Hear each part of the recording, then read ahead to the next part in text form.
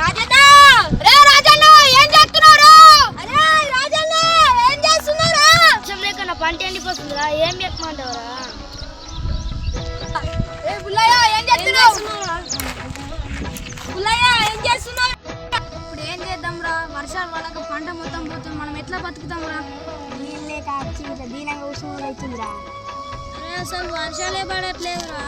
ఈ వానదేవుడు మనకి ఎంత కష్టం పెట్టిండు. అవునరా. అరే అమ్మా, ఈ వానదేవుడు మనకి ఎందుకు ఇంత కష్టం పెట్టిండు మనకు అస్సలు అర్థమైతలేదు.